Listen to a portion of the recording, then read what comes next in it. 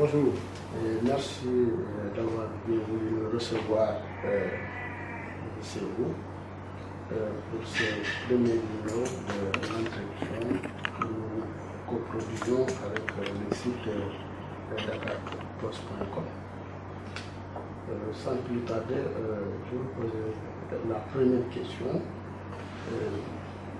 On vous a entendu dernièrement vous prononcer sur la révision du mandat présidentiel. Pourquoi vous vous opposez aujourd'hui à cette révision? Mais non, c'est un débat qui a eu lieu. Ce débat a eu lieu, j'ai pris part à ce débat depuis le début, depuis 2012, pour indiquer ma position et celle de mon parti, le BCG. Nous sommes hostiles à la diminution du mandat présidentiel parce que ça n'a aucune sorte de sens. Je voudrais vous rappeler qu'un des premiers collaborateurs du président de la République, à l'époque quand il était dans le gouvernement, ministre dans un autre secteur, disait qu'est-ce que ça rapporte au Sénégal? Je pose la question, qu'est-ce que ça rapporterait au Sénégal? Rien du tout. Voilà. Alors en plus de ça, il se trouve que nous sommes dans la situation où quelqu'un prête serment devant Dieu et devant la nation sénégalaise de respecter les 7 ans, comme il l'a dit d'ailleurs dans son discours du 31 décembre. Et en même temps, il aurait fait une promesse électorale, personnellement, que je n'ai pas entendue. Et d'ailleurs, je crois ne pas être le seul. Il m'a été rapporté que Babacar Justin Diagne aurait dit qu'il n'a pas entendu. Donc, ça s'est dit peut-être de façon confidentielle quelque part. En tout cas, ce n'est pas sur ça que le Sénégal a voté pour lui ou pas. Pas sur ça, c'est pas vrai. N'est-ce pas? Donc, d'un côté, un serment, d'un autre côté, une déclaration politique, et on veut nous faire passer cette déclaration politique au-dessus du serment. Voilà pourquoi nous ne sommes pas d'accord, et nous demeurons hostiles à cette décision. Vous dites que vous n'avez pas entendu, et pourtant c'est en public, dans un hôtel, qu'il a fait cette déclaration. Mais monsieur, moi j'étais à l'action au premier tour, au deuxième tour, surtout parce que ça se serait passé au deuxième tour. J'étais à l'action, vous croyez que j'ai le temps d'aller voir ce qui se dit dans un hôtel? Mais non. Et puis il a dit d'autres choses, arrêtez.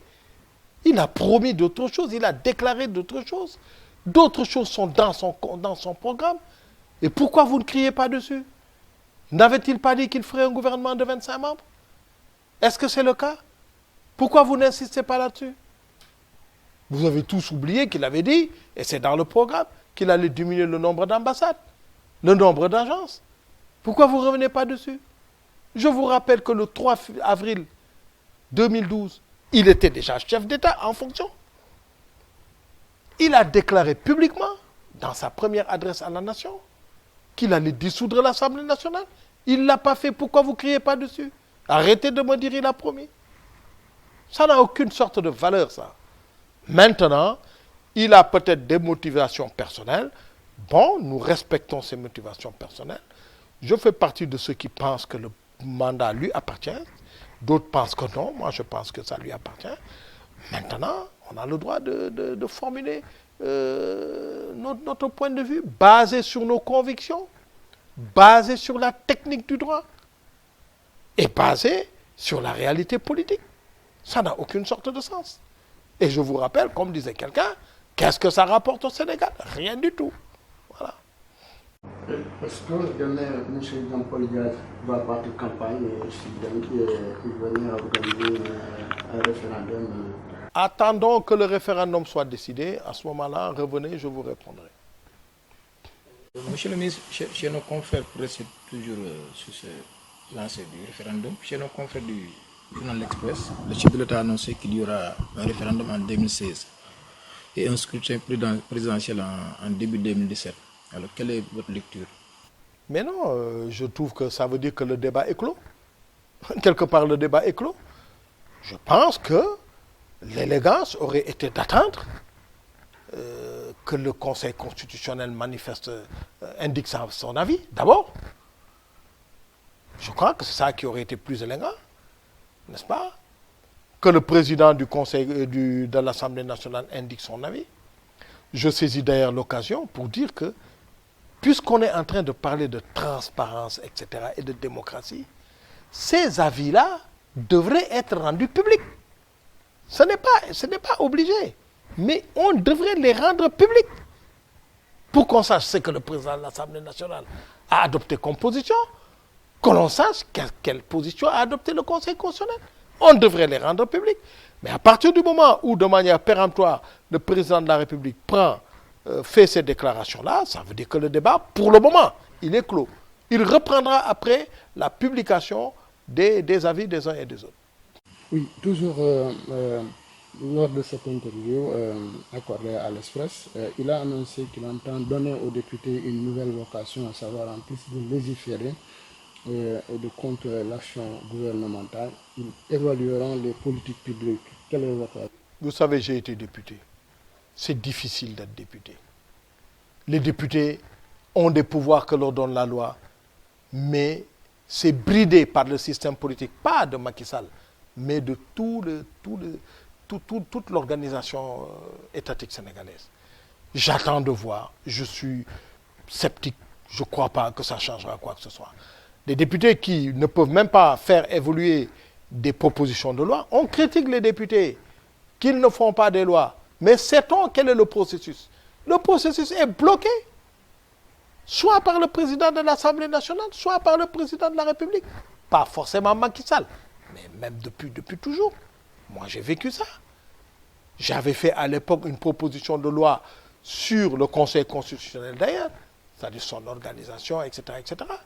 Mais ça a été bloqué par le président de la République. À l'époque, c'était Abdou Diouf. Donc, je ne vois pas... c'est une déclaration d'intention que je trouve généreuse, mais je doute qu'elle ait une quelconque efficacité. Et justement, la situation de l'Assemblée nationale. Non, vous savez, l'Assemblée nationale, comme c'est le cas dans tous les pays du monde, est un lieu de débat, presque parfois de palabres, etc. Donc moi, en dehors de certaines choses qui ont pu se passer, ça ne me choque pas outre mesure. Mais l'Assemblée nationale, ce n'est pas un Sénat. Voilà pourquoi il faudrait un Sénat au Sénégal. Le Sénat, c'est un endroit où les gens de mon âge siègent, où ils ne s'insultent pas, ils ne s'attaquent pas. Comprenez? L'Assemblée nationale, c'est une place qui ressemble à la vie du Sénégal. C'est-à-dire, les gens se tiraillent, les gens défendent des positions qui peuvent être des positions de principe comme des positions d'intérêt. Je ne suis pas choqué outre mesure, ça prouve simplement que l'Assemblée est quand même vivante. Maintenant, laissons-la avancer elle aussi jusqu'à son terme. L'Assemblée est vivante, comme vous le dites, mais on voit qu'à chaque session, au moins, l'opposition s'organise pour boycotter. Elle boycotte pas, elle fait peut-être un peu de tintamarre, mais elle est dans son rôle. C'est comme ça que ça fonctionne dans beaucoup de pays les plus démocratiques. Il ne faut pas imaginer l'Assemblée nationale comme une salle de classe où il y a un maître, une maîtresse qui tape sur les doigts des uns des autres. Non, c'est des adultes, c'est des gens élus par le peuple, n'est-ce pas? Je vous rappelle qu'au Sénégal, le député est député du Sénégal. Il n'est pas député d'un Nguerhor ou de Koussanar, il est député du Sénégal. Donc, nous devons les respecter aussi. Et je vous dis par expérience, le rôle de député est un rôle très difficile. Oui, mais l'opposition aujourd'hui accuse peut-être le pouvoir d'être aujourd'hui à l'origine de la division. C'est son point de vue, je ne le partage pas, mais c'est son point de vue. Je trouve que l'opposition étant représentée à l'Assemblée nationale a une tribune pour se défendre, mais si elle prend cette position-là, je respecte son point de vue, mais c'est son point de vue. Vous inspire le cas du PDS avec aujourd'hui Kiraïno, le cas de Mourdian Fada et le cas de Aïda Mbodj. Écoutez, ma position facile, ça serait de vous dire que ça ne m'inspire rien du tout et que ça ne me regarde pas. Je ne suis pas PDS. Mais je crois que le PDS a un problème qui date de toujours. Le problème du PDS, c'est Abdoulaye Wade. C'est lui le problème du PDS. Voilà.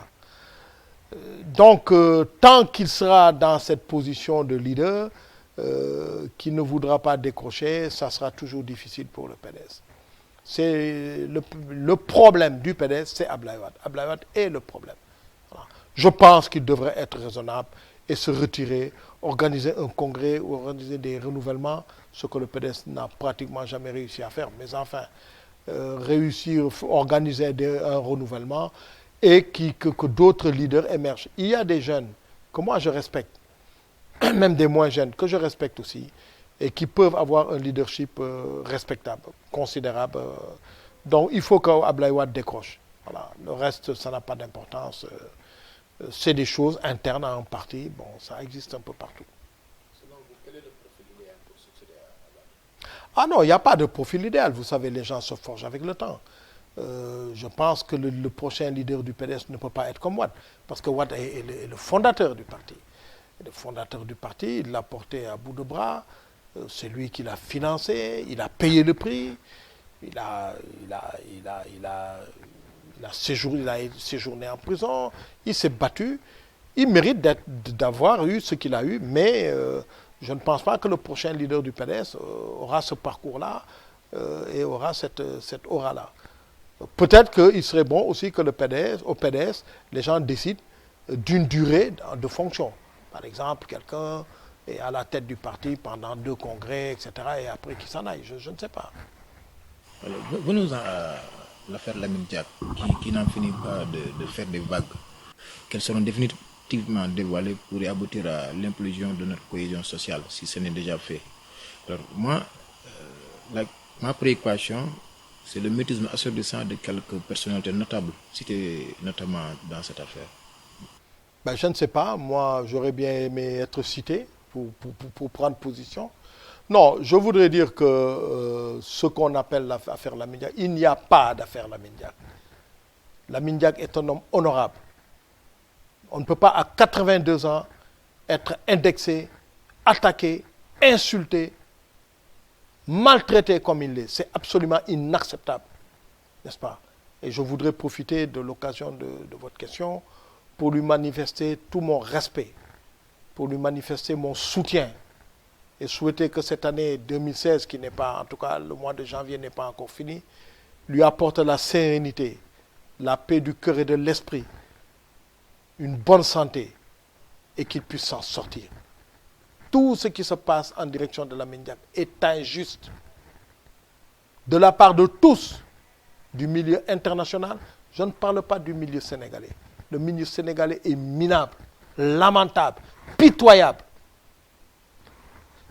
Reprenons les choses dès le début.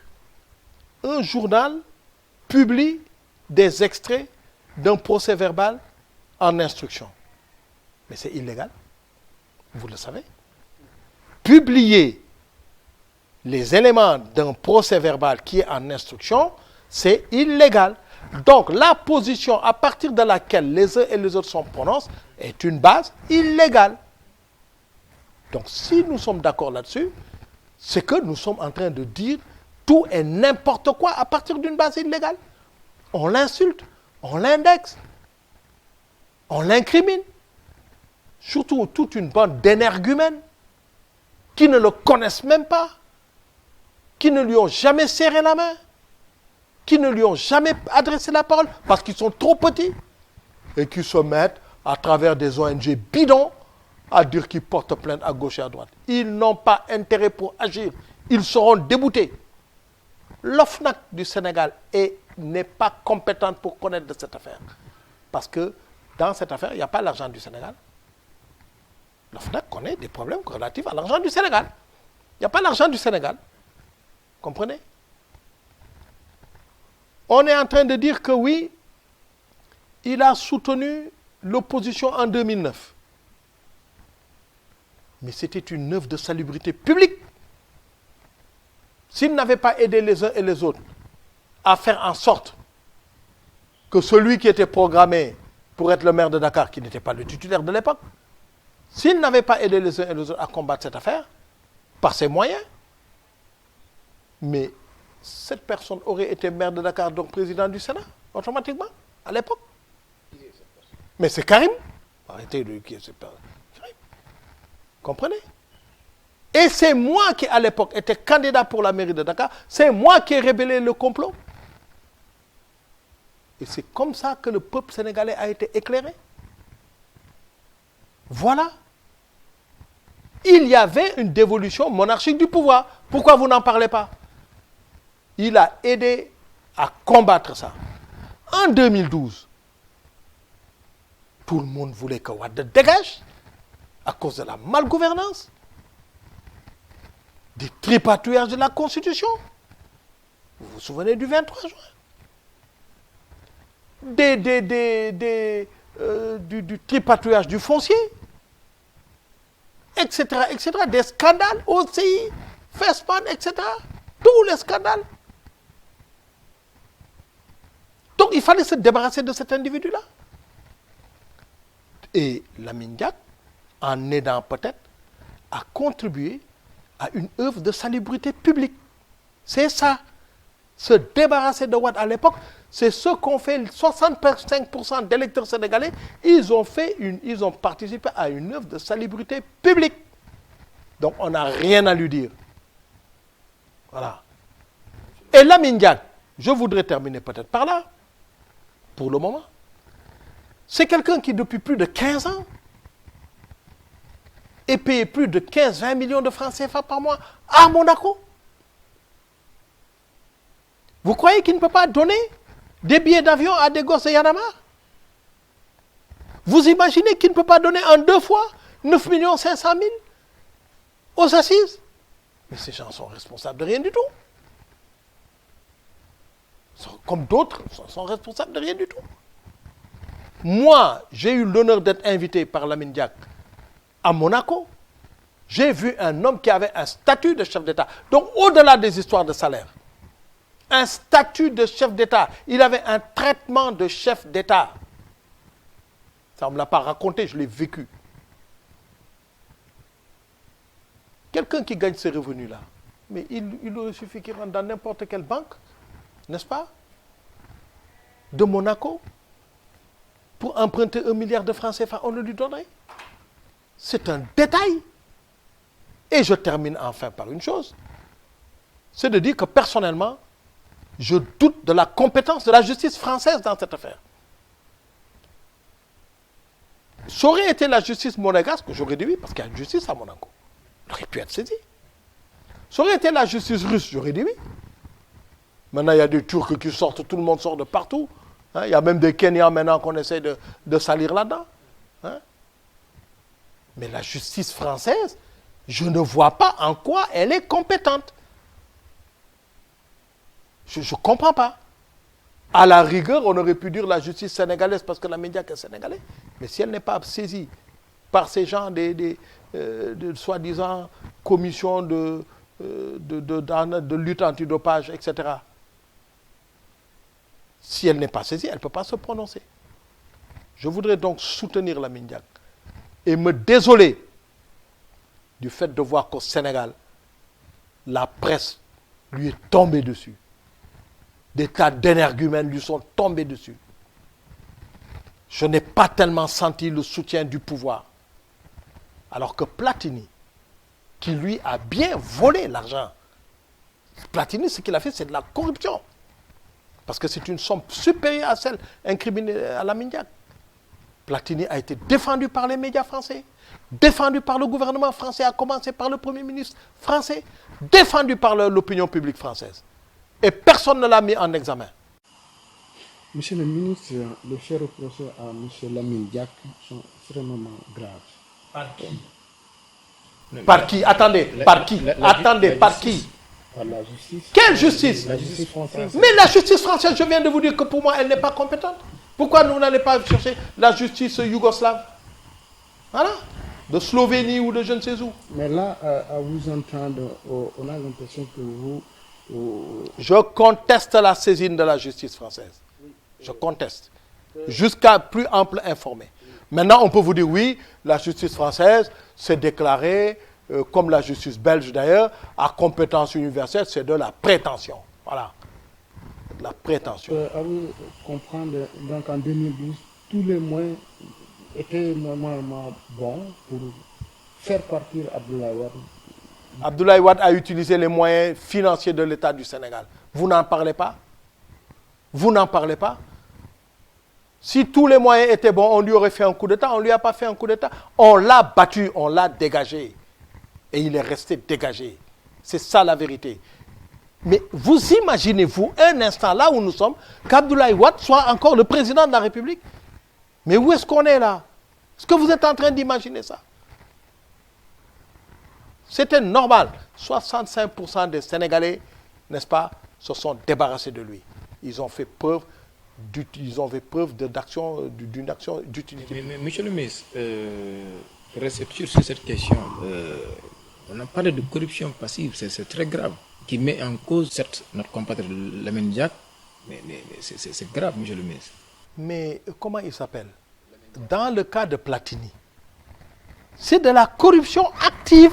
On ne l'a pas dit. On a dit prise illégale d'intérêt.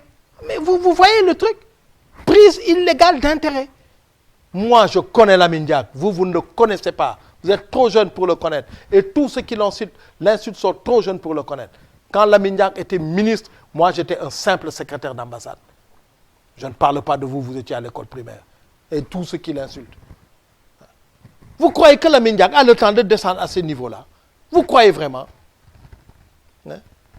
Cette commission-là, mondiale d'antidopage de je ne sais pas quoi, n'est-ce pas? Lisez ces documents. Elle n'apporte aucune preuve. Nous sommes en matière pénale. C'est des preuves.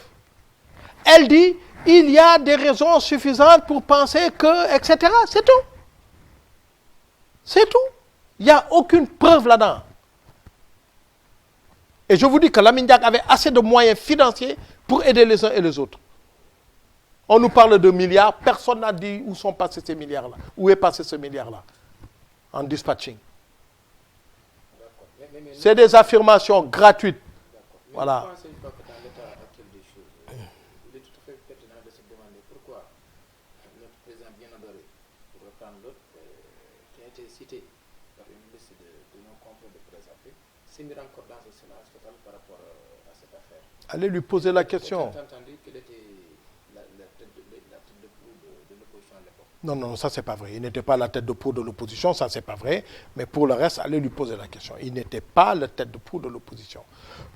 Mais si pour le reste, allez lui poser la question, moi je ne peux pas y répondre. Oui, mais on parle du candidat contre Abdoulaye Wade. Au fait, au moins, faire une sortie, dire que voilà, j'ai reçu ou je n'ai pas reçu là. Au nom de quoi? Sur la base de quoi? Vous venez m'interroger chez moi. Est-ce que moi je vous dis que j'ai reçu ou je n'ai pas reçu? Qu'est-ce que vous en savez? Et je le ferai au nom de quoi? Aucun leader n'a rien à répondre.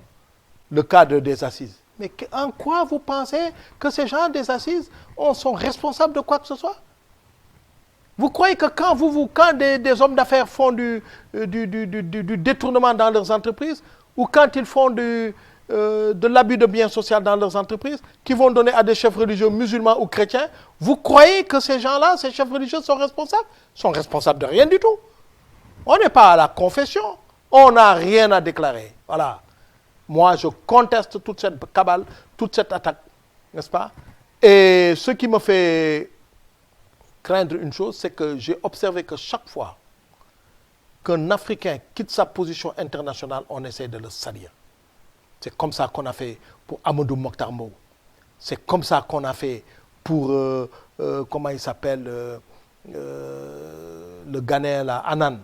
On essaie toujours de trouver quelque chose pour décourager. Aujourd'hui, on vous dit, aux États-Unis, plus jamais un Noir ne sera président. Personne ne sait pourquoi. Voilà. Nous aurions dû soutenir, comment il s'appelle, Lamine Diack, même s'il avait eu tort. Or, il n'a pas tort. Venons à l'actualité brûlante, monsieur le ministre. Que vous inspire la caricature provocante de Serigne Touba publiée sur le site de Jeune Afrique? Bon, évidemment, quand on n'a pas la sensibilité locale sénégalaise, on peut s'en étonner. Je ne suis pas un Burundais qui lit ça, peut-être qu'il ne comprendra même pas pourquoi. Mais enfin, je crois que Jeune Afrique a fait une erreur, n'est-ce pas? Je considère que Jeune Afrique s'est excusé. À mon avis, on devrait s'en tenir là.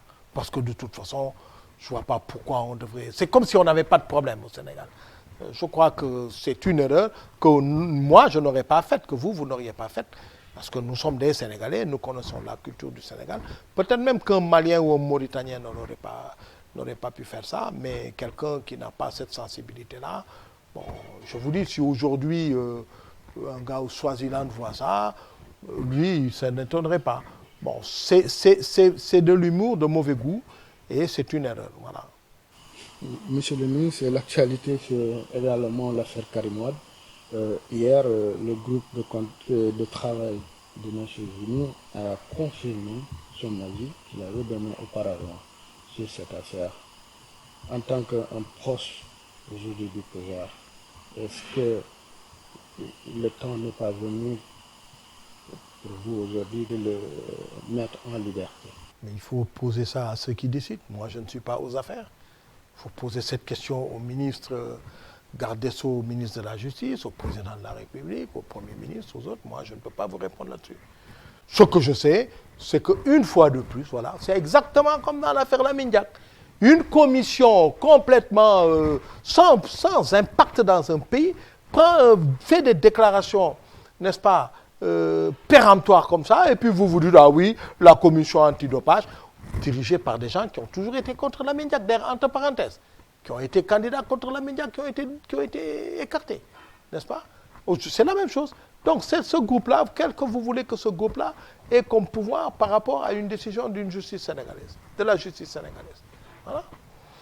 C'est tout ce que je peux vous dire. Je n'ai pas d'opinion ou de décision. Ce n'est pas moi qui décide. Si j'étais aux affaires, j'aurais peut-être décidé. Un des avocats de l'État du Sénégal a fait une sortie dernièrement. Lui aussi dit que Karim doit être libéré. Oui, chacun a le droit d'émettre son opinion. Quand vous voulez que... Ce n'est pas parce que vous êtes avocat de l'État du Sénégal que vous êtes un godillot. Vous n'êtes pas une chaussure. Vous avez votre libre point de vue, c'est tout. Moi, je n'ai pas de commentaire à faire là-dessus. 3 ans qu'il est aujourd'hui. C'est pas mon problème. Honnêtement, il n'est pas le seul à être en prison.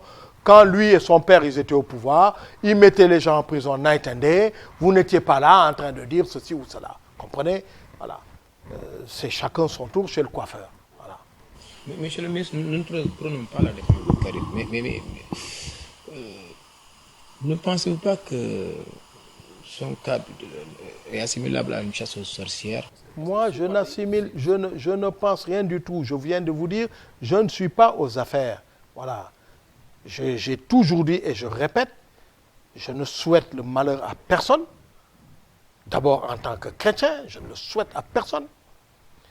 En tant que Sénégalais, je ne le souhaite pas à quelqu'un qui peut être mon fils, ou au moins mon neveu, n'est-ce pas? Je ne le souhaite à personne. Mais ce n'est pas moi qui décide, ce n'est pas moi qui ai décidé. Allez poser la question aux juges qui ont décidé, au ministre de la Justice, au Premier ministre et au Président de la République. Mais au tout début de la traque, il y a eu une liste au moins de 25 personnes. Ça, c'est gênant. Je suis d'accord avec vous, je vous le concède. Ça, c'est gênant. C'est gênant que cette CREI n'ait eu à connaître que de ce seul cas. Ça, je reconnais que c'est dérangeant. Voilà. Et si jamais ça reste à ce seul cas, bien, les uns et les autres auront le droit de dire que c'était une affaire qui ne visait qu'une seule personne. Ça, je suis tout à fait d'accord avec vous. Pour vous prendre tout à l'heure au mot, vous avez dit à chacun son tour chez le coiffeur. Oui. Soyez plus explicite. Mais je vous ai dit, quand quand on me mettait en prison, c'est lui et son père qui étaient au pouvoir. Quand on mettait mon fils en prison, qu'on le déportait à Tambacounda, lui, il n'a été déporté nulle part. Il est au frais là-bas au bord de la mer. Monsieur le ministre, l'actualité également, c'est le débat sur l'homosexualité. Il y a une coalition de 17 organisations qui a tenté dernièrement de faire un rassemblement à la place de l'Obélisque.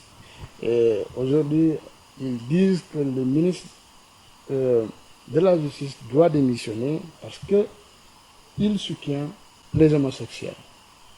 Et quelle est votre position? Parmi ces gens qui parlent, vous croyez qu'il n'y a pas des homosexuels? Parmi ceux qui parlent là. De deux. Quelle est la légitimité? C'est ça le problème du Sénégal aujourd'hui. N'importe quel énergumène se lève pour se faire voir, prend des positions. Quelle légitimité ils ont, eux, à faire ces marches? Et si demain, les homosexuels du Sénégal décident de faire une marche, on fait comment? Le gouvernement a eu raison de bloquer cette affaire-là. Je pense que c'est comme si nous, on n'avait pas d'autres problèmes. J'ai déjà dit ailleurs que je suis contre des manifestations publiques, par exemple des homosexuels qui s'accrocheraient ou qui s'embrasseraient, etc. Je pense que ce n'est pas normal, n'est-ce pas? Ou qui entraîneraient des jeunes là-dedans, ce n'est pas normal. Mais quand les gens sont en train de faire leurs choses en privé, mais qu'est-ce qu'on a à courir derrière eux? Et je vous dis, faites très attention, hein. Vous avez bien remarqué à vos dépens la puissance de ces gens-là. Chaque fois qu'il y a eu des homosexuels traduits en justice, ils ont toujours été libérés. Mieux, on leur donne maintenant des visas pour aller aux États-Unis, au Canada, partout. Voilà. Je pense qu'au Sénégal, il y a d'autres problèmes, n'est-ce pas? On a des vrais problèmes de vie, de fonctionnement, de travail, d'emploi, etc., de santé, que d'être là à vouloir s'occuper des affaires des autres. Moi, tant que ce n'est pas des gens qui se manifestent en public, ça ne me regarde pas. Si c'est des gens qui vont devant les écoles pour enrôler des enfants, ou bien qui attendent des talibés le soir au coin de la rue, des choses comme ça, ou bien qui eux-mêmes se manifestent en public, n'est-ce pas? Tant que ce n'est pas ça, le reste ne me dérange pas. Et vous êtes en train de parler des homosexuels. Mais pourquoi vous ne parlez pas des femmes? Les femmes s'accrochent les unes les autres, elles se font des bises, elles s'appellent ma chérie, et vous ne leur dites rien. C'est quoi ces histoires-là? C'est comme si on n'avait pas de problème qui nous préoccupait vraiment. Tant que ce n'est pas dans la sphère publique, moi, je pense que ça ne regarde personne. Monsieur Diaz, vous avez été à l'avant-garde du combat pour la deuxième alternance survenue au Sénégal en 2012. Mais bizarrement, vous n'avez pas été promu à un poste. Hein? Autrement dit, vous n'avez pas été nommé à un poste. Hein? Pour votre engagement aux côtés de Macky Sall, que s'est-il passé entre vous? Ben, il ne s'est rien passé, c'est à lui qu'il faut demander, puisque je n'ai pas, je l'ai déjà dit, je n'ai pas la plume qui signe les décrets. C'est à lui qu'il faut aller poser la question. C'est clair que très tôt, j'ai considéré, peut-être à tort, peut-être que j'avais tort, j'ai considéré qu'un président de 50 ans n'a pas à avoir des ministres de plus de 65 ans comme moi. Encore qu'il y en a eu, bon, c'est vrai. Peut-être que j'ai eu tort de défendre cette position-là, mais c'est ma position et je reste dans cette conviction. Maintenant, je ne suis pas prêt à assumer des sinécures. Moi, je travaille. Je ne suis pas prêt à assumer des sinécures. Je n'ai jamais voulu assumer des sinécures. Je voudrais vous rappeler quand même que je suis le seul homme politique au Sénégal à avoir été nommé ministre, publiquement rendu public, de la ville. J'ai refusé parce que c'était une sinécure. Du coup, d'ailleurs, ce poste a disparu des écrans radars. Comprenez? Donc, je ne suis pas pour une sinécure. Je reste au service du pays. Je suis content du rôle que j'ai joué, même si on peut considérer que du point de vue politique, ça n'a pas été gratifié. Bon, d'accord. Quelqu'un m'a dit un jour qu'un de ses amis qui vit aux États-Unis avec lui, qui était là pendant la campagne, lui a dit le rôle que M. Diaz a joué, quiconque le joue aux États-Unis est au cœur du pouvoir. Voilà. Je suis disposé à être au cœur du pouvoir, je ne suis pas disposé à assumer une sinécure. Pour le reste, je pense qu'il faut que ce soit une position de mon âge, toute prétention mise de côté de mon envergure, ce que j'appelle un poste senior. En dehors de ça, je suis intéressé par rien du tout. Oui, au même moment, on a vu ceux-là que vous combattez auparavant, ceux-là qui étaient avec Ablaï Wade, sont en train de c'est dérangeant, c'est vraiment dérangeant, je le dis. C'est dérangeant, c'est même vexant. Ça, je le dis honnêtement. Parce que ce n'est pas que moi qui compte. Moi, j'ai des collaborateurs, vous en avez vu quelques-uns tout à l'heure. Ils sont en train d'aller en banlieue pour offrir des matériels, pas beaucoup, mais quelques matériels, parce qu'on nous a signalé un centre de santé où les femmes n'arrivaient pas à accoucher. On a trouvé sur place une table d'accouchement. Nous avons fait des potences pour accrocher des perfusions, n'est-ce pas? Et puis, lit d'hospitalisation, berceau, bon, c'est pas important, mais c'est un geste. Comprenez? Donc ceux-là, qui ont des vrais CV s'attendaient à des positions. Ils ne les ont pas eues. Voilà. Nous espérons que ça va changer, mais ça commence à être un peu tard. Mais vous avez dit tout à l'heure que vous attendiez à occuper un poste senior, c'est-à-dire? Non, je n'ai pas à définir ce que c'est. Le poste de président de l'Assemblée nationale est une position senior. La position de Premier ministre est une position senior.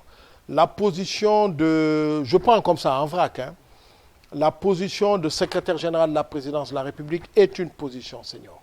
La position de président du Conseil économique et social est une position senior. Voilà, et puis on peut en créer. On peut en créer. Il y a des pays africains qui en ont créé. Récemment, par exemple, ça c'est une position qui existe couramment en Afrique centrale, mais récemment, par exemple, le président de la Guinée a créé le poste de haut représentant personnel du chef de l'État, qui a été confié à Sidya Touré, ancien Premier ministre. C'est une position senior. Voilà, on peut en créer d'autres. Mais on crée le poste et on met un contenu. Si c'est pour créer le poste et ne rien mettre dedans pour que vous lisiez le journal le matin, ça ne sert à rien. Mais êtes-vous en contact avec le président Macky Sall?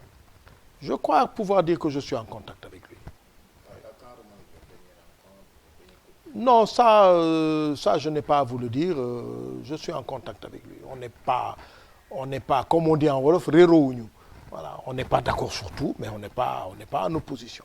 Vous êtes satisfait de son bilan après 3 ans de magistère? Je pense qu'il ne pouvait pas faire plus que ce qu'il a fait en 3 ans. D'abord, voilà une des raisons pour lesquelles je suis contre la limitation du mandat à 5 ans. Vous comprenez? Je pense qu'il faut du temps pour agir. Il y a un temps pour des fonctions ministérielles. Il y a un temps pour des fonctions de direction. Il y a un temps pour la fonction présidentielle. Je voudrais vous signaler qu'en France, par exemple, aujourd'hui, beaucoup de politologues, même d'hommes politiques, quelques-uns, commencent à remettre en cause le quinquennat. Le quinquennat a commencé avec, c'était le dernier mandat de Chirac. Bon, c'est vrai qu'il est parti, de toute façon, il ne se serait pas représenté. Mais quand Sarkozy est arrivé, il a fait un quinquennat, il est parti. Ce n'est pas dit que Hollande sera réélu, ce n'est pas dit. Et le prochain qui vient, s'il fait que 5 ans, ce n'est pas dit qu'il restera. Vous savez, il y a des pays, et pourtant, la France peut fonctionner sans gouvernement. Les États-Unis peuvent fonctionner sans gouvernement. La Belgique est restée combien de fois pendant 9 mois sans gouvernement? Parce que dans ces pays-là, les choses fonctionnent normalement. On n'attend pas un gouvernement pour aller amener un dossier au FMI, à la Banque mondiale pour chercher de l'argent. Comprenez? Ça fonctionne normalement. Mais nous avons besoin d'un leadership politique pour le moment bien ancré. Pour un temps. Je ne suis pas pour des mandats de 30 ans. Je pense d'ailleurs que nous devrions poser un autre débat. Est-ce que la limitation des mandats est une chose utile? Est-ce que c'est une chose, est-ce que c'est porteur? C'est un débat. Je ne crois pas que c'est la limitation des mandats qui pose problème. Je pense que c'est le déroulement des élections qui pose problème. Si des élections se déroulent normalement, si quelqu'un gagne régulièrement, pourquoi vous voulez le lui contester? Quand Angela Merkel fait 3 mandats, que Thatcher fait je ne sais plus combien de mandats, etc., personne ne crie. Pourtant, c'est des régimes parlementaires, personne ne crie. Parce qu'on risque à faire ce que les gens veulent là. On risque à être dans la situation suivante, c'est-à-dire que chaque président qui arrive passe la moitié de son mandat, en tout cas du premier, à terminer les projets de l'autre. Et le temps que lui, il commence ses propres projets, il ne les a pas terminés, c'est un autre qui les termine. Il me dira, oui, mais il y a la continuité de l'État. Mais non, on risque d'arriver, je vous dis, si jamais Macky Sall n'est pas réélu, plan Sénégal émergent, ça va se faire sortir des écrans radars. Hein. Ça, le prochain qui arrive, il va peut-être regarder ce qu'il peut terminer, mais il va nous offrir un autre plan de développement. Vous voyez? Donc, en 3 ans, qu'est-ce qui s'est passé? Macky Sall a pris le pays plus bas que terre. On n'était pas à 0, on était à moins quelque chose. Le temps de l'amener à 0, de l'amener au niveau du sol, il faut du temps. Je vous rappelle que c'est Abdoulaye Wade qui disait que si Macky était élu, au bout de 3 mois, il ne paierait plus les salaires. Au bout de 3 ans, il continue à payer les salaires. Vous voyez? Donc, de l'effort qu'il a fallu faire. Donc, il a fallu d'abord, comme on dit, Soukheli Réumi. Et puis maintenant, à partir de là, commencer à avancer. 3 ans, c'est rien du tout. C'est même pas le temps d'un ministre. Vous comprenez? Donc, bon, là, comme il parle d'élections en 2017, dans certaines configurations politiques, il a des chances de regagner. Dans certaines combinaisons politiques, il a des chances de regagner. Je n'ai rien à vous dire. Pourquoi? Je ne suis pas au confessionnal. Donc, dans certaines façons de faire, il peut gagner. Mais ce n'est pas garanti. Ce n'est pas garanti. Je voudrais vous rappeler que Macky Sall, en 2012, n'était pas le candidat le plus évident. Non, non, ce n'était pas le candidat le plus évident. Quand même, soyons sérieux. Non, je ne peux pas dire c'était qui, mais lui n'était pas le candidat le plus évident. C'est-à-dire celui sur qui les gens pariaient qu'il allait gagner. Vous savez que quand il a gagné, j'ai reçu des aveux. Des gens sont venus me dire, franchement, quand on t'a vu avec Macky Sall dès le départ, on se dit, ah voilà, il va se replanter encore, il a encore parié sur un tocard. Eh bien, il a gagné. Voilà. Vous voyez? Il n'était pas le candidat le plus évident. Si j'avais soutenu Massamba ou Mademba, on aurait, ah oui, d'accord. Eh bien, ils n'ont pas gagné. Donc, il ne faut sous-estimer personne pour 2017. Puisqu'il dit qu'il affirme maintenant que l'élection aura lieu en 2017. En 2017, il faudra sous-estimer personne. Parce que rien n'est évident. Rien n'est évident. Quand Obama se lançait à la conquête des primaires démocrates, personne ne pensait à lui. Je vous rappelle Jimmy Carter à l'époque, quand il a sorti son livre Why Not the Best, n'est-ce pas? Quand on a parlé, je ne sais pas à qui, de Jimmy Carter, il a dit Jimmy Watt. Eh bien, Watt, le gars s'est retrouvé à la Maison Blanche. En matière d'élection, c'est comme en matière de match de football de coupe. Vous ne pouvez pas savoir qui va gagner. Donc, il faudra être très prudent. Mais c'est clair que dans certaines configurations politiques, je crois qu'il peut gagner. En 2017. 2019, ça va être difficile aussi. Mais dans certaines configurations, il peut gagner aussi. Parlons de votre parti, le bloc des centristes gagnés. On vous entend très rarement sur le terrain. Qu'est-ce qui explique cela? Mais je viens de vous dire justement que j'ai des gens qui vont sur le terrain. Pourquoi vous voulez qu'on prenne des tam-tams pour dire qu'on est sur le terrain? Nous, on sait ce qu'on est en train de faire. Pourquoi vous voulez que je vous dise qu'on prend des tam-tams pour dire ce qu'on est en train de faire? On ne passe pas notre temps à faire de communiquer, on en fait quand il faut, mais on est sur le terrain quand il faut, n'est-ce pas? Et là, nous n'excluons pas d'aller seul aux prochaines législatives. Ça, c'est une position qui est en train de faire son chemin dans le parti, comme nous avons souvent été seuls dans des élections, et nous ne l'excluons pas. Voilà. Donc, ce qu'il faut dire, c'est que le BCG est un parti, c'est un petit parti, mais c'est un parti quand même. Comme je dis, le Sénégal est un petit pays, c'est un pays quand même. Voilà. C'est un petit parti, et qui a beaucoup de difficultés financières. Ça pose des problèmes. Et vous savez que tous ceux qui sont à la tête des grands partis, soit ils ont eu à gérer des caisses noires, n'est-ce pas?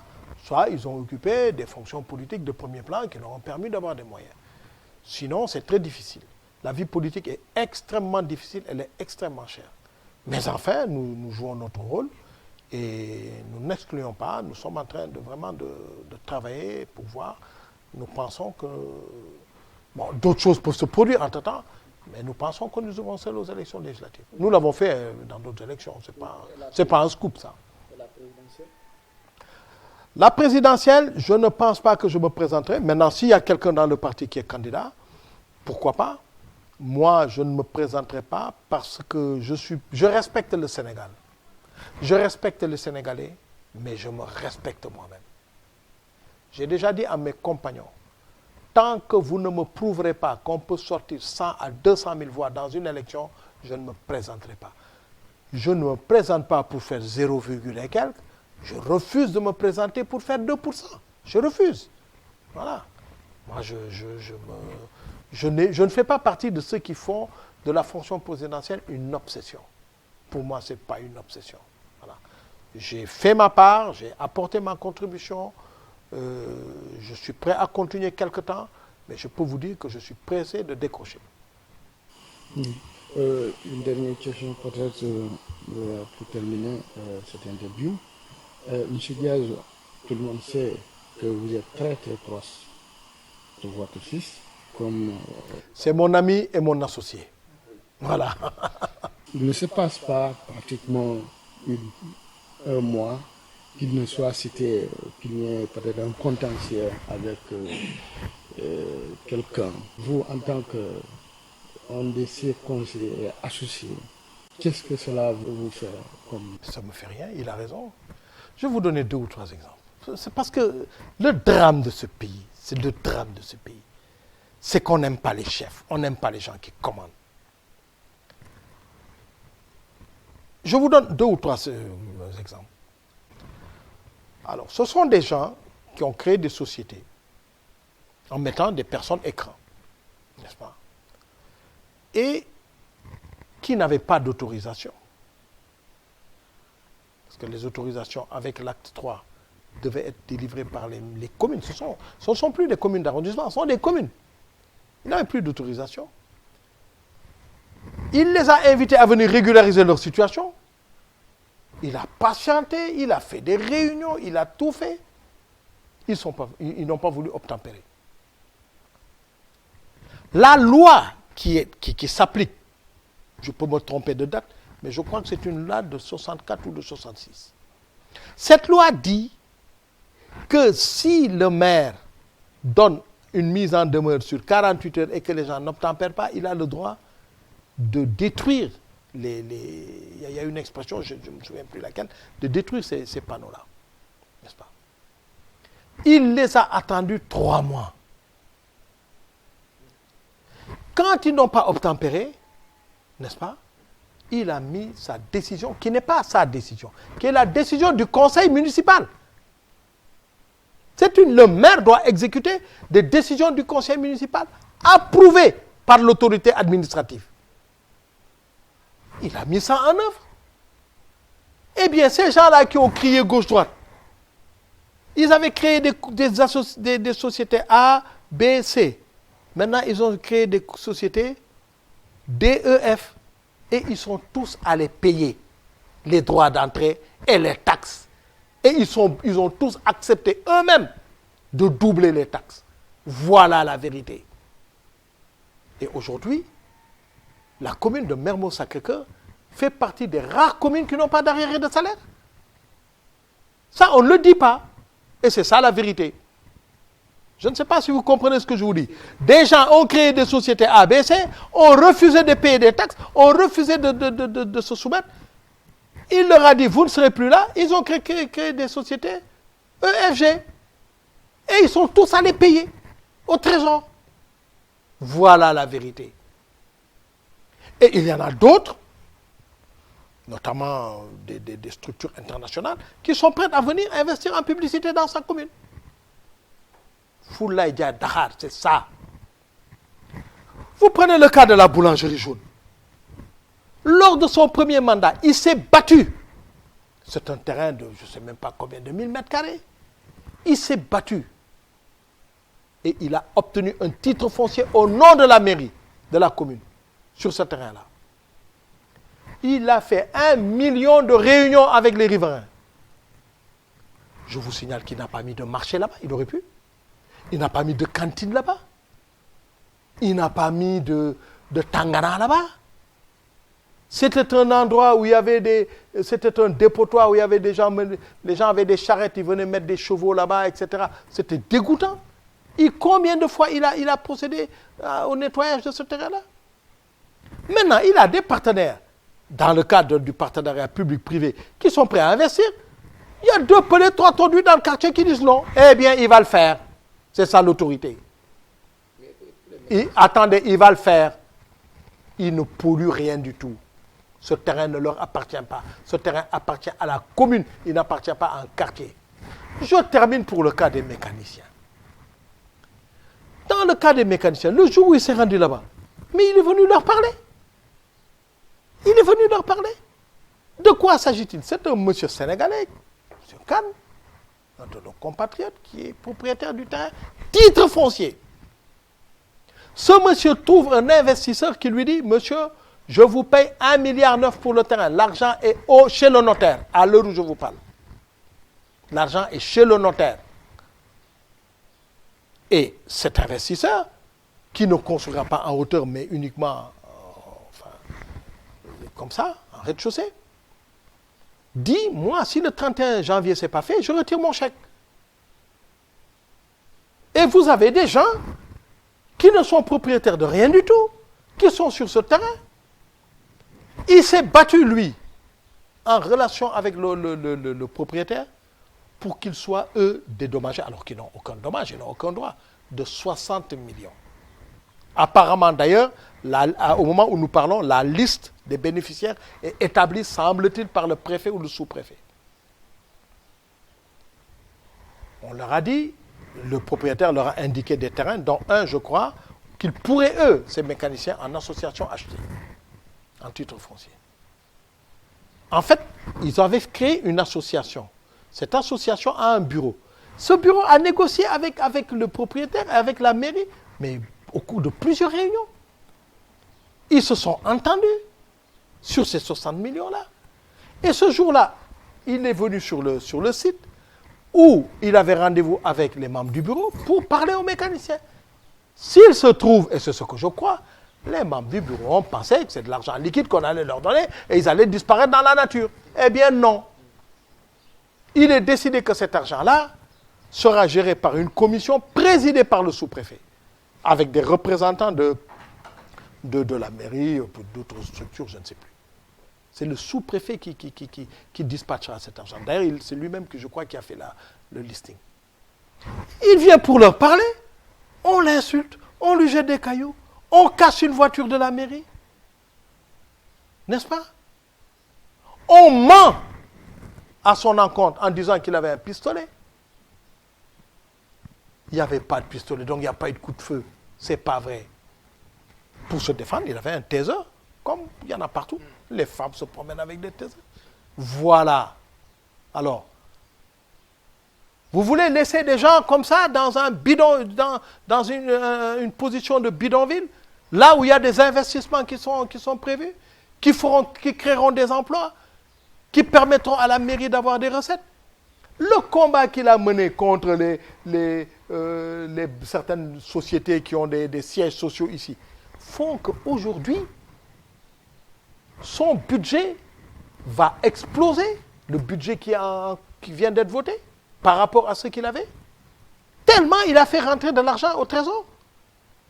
Alors ça, vous en occupez pas, ça ne vous intéresse pas. Voilà. Ce qui vous intéresse, c'est le sensationnel, etc. Eh bien, si l'État n'a pas d'autorité, lui, il aura de l'autorité. Voilà. Et il a raison et je le soutiens. Voilà. Je vous en prie. Voilà.